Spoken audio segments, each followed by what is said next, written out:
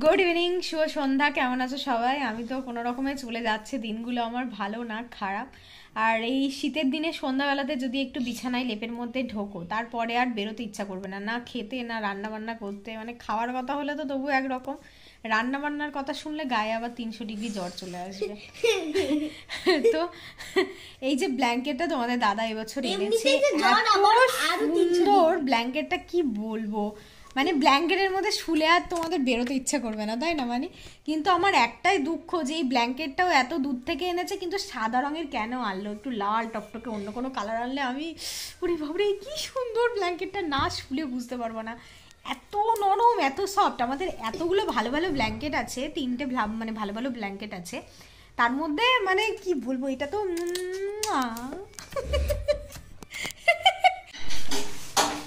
এই যে রান্না ভাতে তুমি খুন্তি নড়াতে আসে, এটাই দেখতে পাই না। দেখো এইসব ধজা বজা পুরাচ্ছে, আর গ্যাসটার অবস্থা কি করছে। রসুন পুরো আবার কে খায়? আমি তো এই দুখানা রসুন দিবা?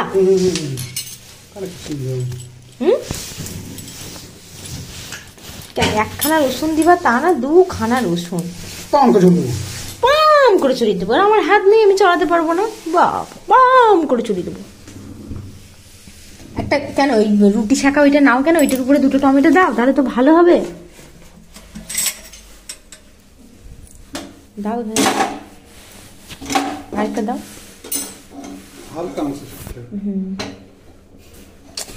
এইটাতে দাও, এইটাতে দাও। হ্যাঁ ব্যাস, বসানো থাক, আস্তে আস্তে হোক। কি টমেটো পুরা মুড়া ছাতার মাথা। খেতে তো খুব ভালো লাগে। কচু ভালো লাগে আমার, আমি কবে বলেছি তোমাকে খেতে ভালো লাগে?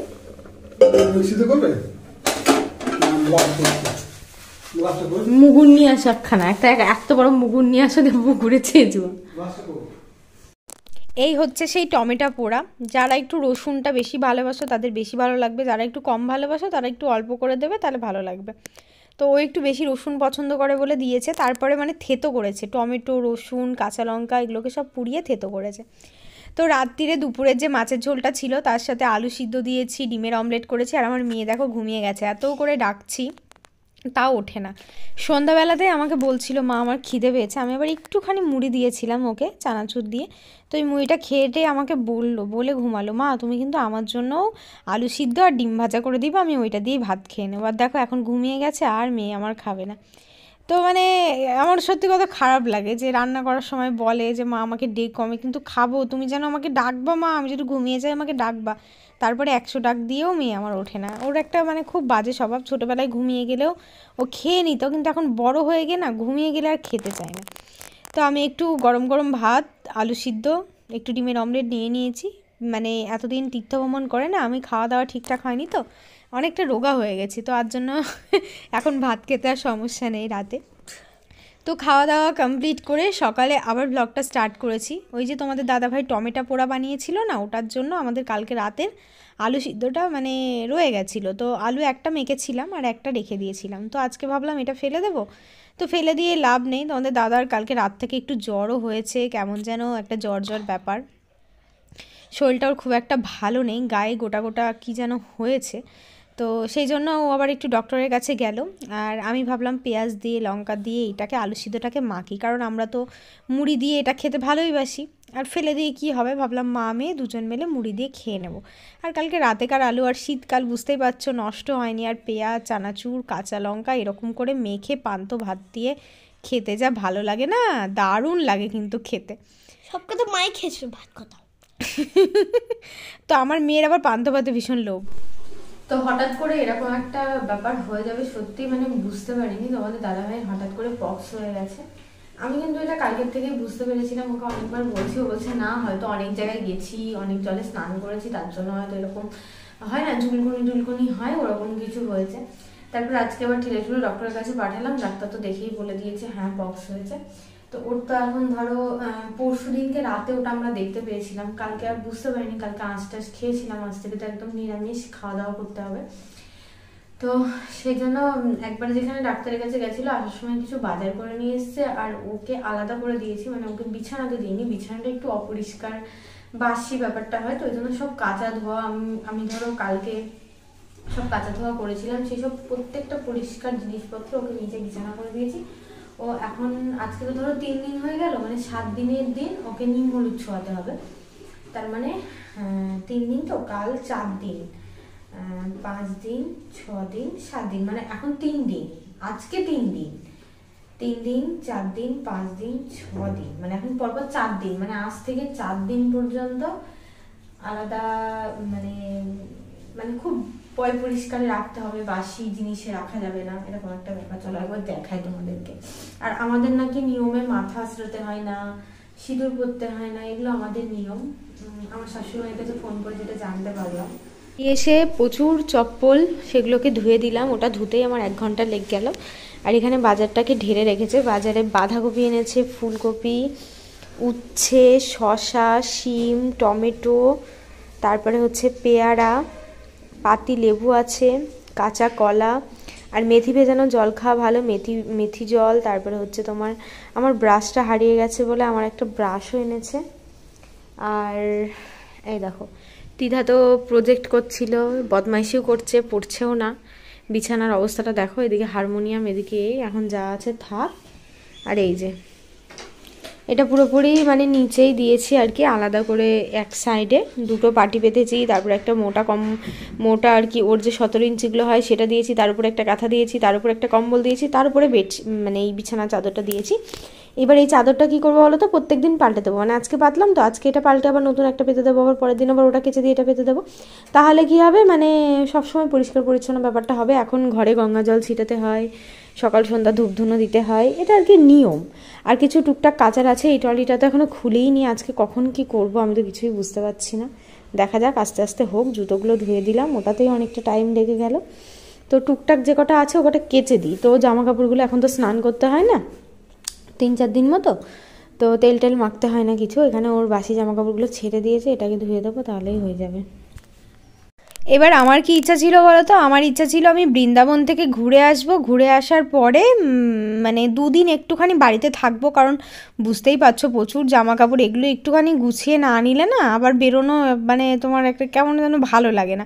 তো ভেবেছিলাম একটু দুজন মিলে হাতে হাতে একটুখানি কাজকর্মগুলোকে একটু গুটিয়ে নিয়ে আমরা 2 দিন পরেই শ্বশুরবাড়ি যাব, ওখানে গিয়ে সবাইকে প্রসাদ দেবো আর কি। তো দেখো সেটা আর হলো না, সেটা বন্ধ হয়ে গেল।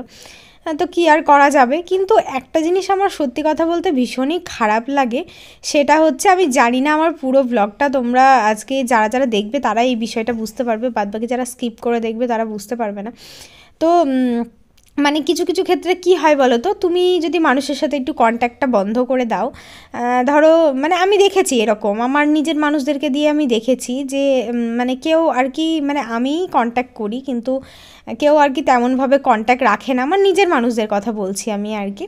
তো তোমার কোনো একটা প্রবলেম হোক কি কোনো একটা কিছু হোক, কিন্তু তারা বুঝবে না, কিন্তু পিছনে ধরো ভাববে যে হ্যাঁ তাই তো, কি বলবো আর কি, মানে মানুষ তোমার পরিস্থিতিটা বুঝবে না যে এই মানুষটা তো ফোন করে আমাকে, তাহলে এই মানুষটা কেন আমাকে ফোন করছে না, নিশ্চয়ই তার কোনো প্রবলেম হয়েছে। এই জিনিসগুলো না আমার ভীষণ খারাপ লাগে, খুব দুঃখ পাই আমি। কিন্তু আমি সোশ্যাল মিডিয়াতে এসে কারোর নিজেদের লোকের সম্বন্ধে নিন্দা করা কি, এগুলো আমি নিজেও পছন্দ করি না, আর আমি কখনোই সেই জিনিসটা করব না। তবে আমি একটা জিনিসে খুব বিশ্বাস করি, কে বললে তো সব কিছু শোধ হয়েই যাক, তো আমি সব কিছু ওই যে উপরওয়ালা আছে তার হাতে রেখে দিই। আর ভগবানকে একটা কথাই বলি যে কিছু মানুষের ব্যবহারে আমি ভীষণ কষ্ট পাই, কিন্তু আমি কখনোই সেই ব্যবহারগুলো তাদেরকে বুঝতে দিই না।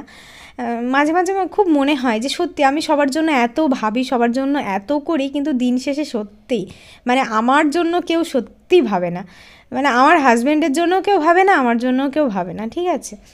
কারণ কি বলবো, ও সবসময় বলে দেখো তোমার কর্তব্য, তোমার করণীয়, তোমার যেটুকুনি কর্তব্য তুমি সবসময় করে যাবে, আর কে কি ভাবলো, কে কি করলো, কে কি দিল, কে কি দিল না, কে কি নিল খোঁজ, কে কি নিল না, সেসব নিয়ে একদমই ভেবে লাভ নেই। তো যাই হোক, সেসব নিয়ে আর ভাবি না, যে যার মতো ভালো থাকুক, আমি আমার জায়গা থেকে আমি ভালো থাকি, নিজের কাছে সৎ থাকার মতো শান্তি হয়তো আর পৃথিবীতে কিছু হয় না। তো আজকে দেখো প্রচুর জামাকাপড় কেচেছিলাম, তো সেগুলোর মধ্যে এগুলো না একটু বেলা করে কেচেছি, তো নিচের দড়িতে এগুলো শোকায়নি, তো এগুলো তুলে রাখবো। আর এখানে হচ্ছে গঙ্গার জল আছে। তো তোমরা জানো যে যদি এরকম বাড়িতে কারোর হয় তাহলে কিন্তু সকাল সন্ধ্যা দুবার করে বাড়িতে একটু গঙ্গার জল ছেটাতে হয়, তারপরে সকাল সন্ধ্যা একটু ধুনো দিতে হয় ঘরে। ধুনো দিলে কি এটা দিতে হয় আর কি, অ্যাকচুয়ালি আমাদের এটাকে মায়ের দয়া বলা হয়। চিকেন পক্সটাকে, হাম, চিকেন পক্স এগুলোকে মায়ের দয়া বলা হয়। সবসময় পরিষ্কার পরিচ্ছন্ন।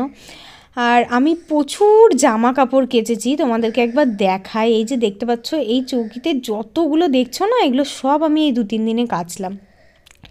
একটাও ভাঁজ করিনি। কেন ভাঁজ করিনি জানো? আমি দেখছি সবগুলো আগে কাঁচা হোক। এই খাট মানে চৌকিটার উপরে আমি জড়ো করে রাখছি। শুধু তোমাদের দাদাভাইয়ের ওই ড্রেসগুলো দেখছো, ওগুলো আমি ও আসার পরে কেচে রেখে গেছিলাম। ওইগুলো ভাঁজ করা এক কোনায় আছে। তো এইগুলো আমাকে ভাঁজ করতে হবে। কিন্তু এখন যেহেতু তোমাদের দাদাভাইয়ের এরকম হয়েছে, ওই জন্য আমি সব আলাদা করে ফেলেছি। কারণ বুঝতেই পারছো বাচ্চা আছে, আর এগুলো ভেজা, এগুলো আজকে শোকায়নি, এগুলো আবার কালকে রোদে দিতে হবে। তারপরে এই যে এইগুলোও দেবো, জ্যাকেট ট্যাকেটগুলোও দেবো। তো এগুলো শুকিয়ে গেলে আলাদা আলাদা করে 3 জনের ভাঁজ ভাঁজ করে জায়গার জিনিস জায়গায় রেখে দেবো। আর একটা একটা করে ভাঁজ করতে গেলে না সব উল্টোপাল্টা হয়ে যাবে, কারণ কোনোটা তোলা জিনিস আছে, কোনোটা এমনি জিনিস আছে, সেইটাই হচ্ছে মেন ব্যাপার। এখন দেখো ধুনো দিতে লেগেছি। তো এই হচ্ছে ধুনুচি। এর আগের দিন তোমাদেরকে একটা ভ্লগে আমি দেখিয়েছিলাম না, নারকেল কুড়িয়ে এনেছিলাম। তো নারকেলের যে ছোবাগুলো হয়েছিল ওইগুলো দিয়ে ধুনো দেওয়া কিন্তু সব থেকে বেশি ভালো হয়। ওগুলো দেখো এখন কাজে লেগে যাচ্ছে। তো একটুখানি আমার না ধুনুসি নেই জানো তো, আমার বাবা খুব সুন্দর সুন্দর ধুনুসি বানায়। তো আমি প্রত্যেকবার ওই বাড়িতে গেলে ভাবি একটা করে ধুনুসি আনবো, কিন্তু ভুলে যাই, মনেই থাকে না। তো ওই জন্য দিদি ভাইয়ের, হ্যাঁ, আর এগুলো তো পিতলের, এগুলো পিতলের, এটা দিদি ভাইয়ের, এটা আমার না। তো এটা হচ্ছে দিদি ভাইয়ের। তো দিদি ভাই বললো যে দিদি ভাইয়ের থেকেই আর কি নিয়ে এলাম। তো যাই হোক, ধুনো টুনো দিয়ে আমার মেয়ে ক্যারাটেতে ছিল, তো ওকে আনতে এসেছিলাম। আর আনতে এসে ও সেই বায়না করছে, মা এই মিকি মাউসে উঠবো। তো এগুলোতে না প্রচুর বাচ্চাদের মানে খাটনি হয় জানো তো, কিন্তু এরা একটা আলাদা রকমের, এদের একটা এনার্জি থাকে। তো শান ছিল, ত্রিধা ছিল, দুজন একটা সঙ্গ পেয়েছে ধরো। তাহলে ঠিক আছে চল, মেলা তো আর বেশি দিন না, আর 2-3 দিন হয়তো মেলা থাকবে, সংক্রান্তির দিনই শেষ হয়ে যাবে মেলা। তো আমি বললাম একটু চলুক এরা, তারপরে মেলা থেকে খাবে, তো কিছু তো খাওয়ানো যাবে না, আশটাশ এখন ধরো আমাদের কিছু খেতে নেই। তো নিরামিষ একটা দোকান থেকে একটুখানি ফুচকা ওদেরকে খাওয়ালাম, ফুচকা টুচকা খাইয়ে এখন সোজা বাড়িতে যাব। আজকের ব্লগটা এখানেই শেষ করছি। সবাই খুব ভালো থেকো, নেক্সট ব্লগে আবার তোমাদের সাথে দেখা হবে।